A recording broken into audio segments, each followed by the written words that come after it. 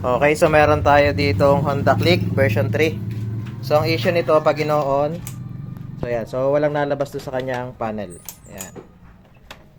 So pag nagkaganyan yung motor nyo, so ano nyo check?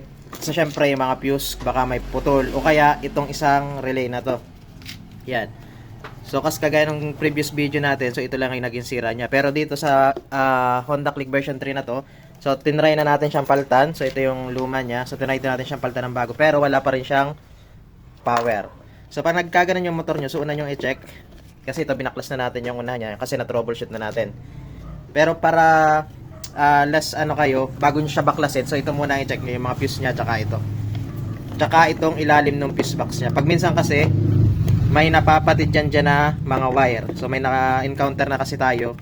So walang power din. So meron siya ditong patid na wire. Yan, just sa may mga fuse niya. Pero dito okay naman yung kanyang mga wires dito, so wala namang patid kaya tinanggal na natin yung kanyang kaha. And then nakita natin, so pagtanggal natin itong mga socket na to, so merong isang wire na putol. Yan, wait lang, focus natin. Yan. So yung wire na yan galing yan dito sa kanyang fuse box. Kaya hindi siya nagbibigay ng supply dito. So dito kasi ang direkta niya sa susian. So kaya walang ilaw or hindi siya nagbibigay ng kuryente kasi nga putol yung wire niya na galing sa fuse box. Yan. So itong wire na to. So kalimitan nito nagiging parang pangalawa kung pangatlo na namin na encounter na to, yung gantong wire na papatid. Yan. So ito laging pula na to. So kaya pag nawalan kayo ng power, so check nyo lagi itong wire na to.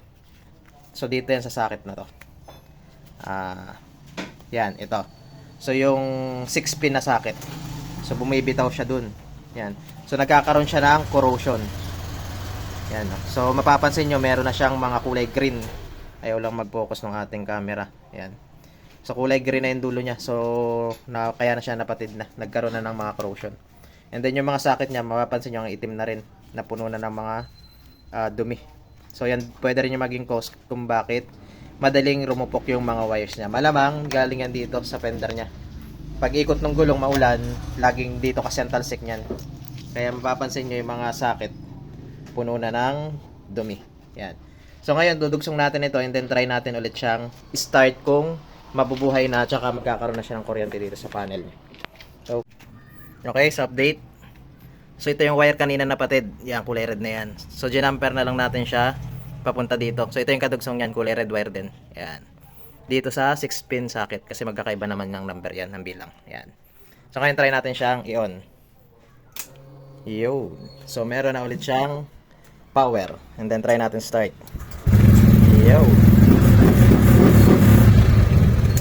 Okay, problem solved. So isasara na lang natin to and then pwede na itong nating ipakuha doon sa may-ari.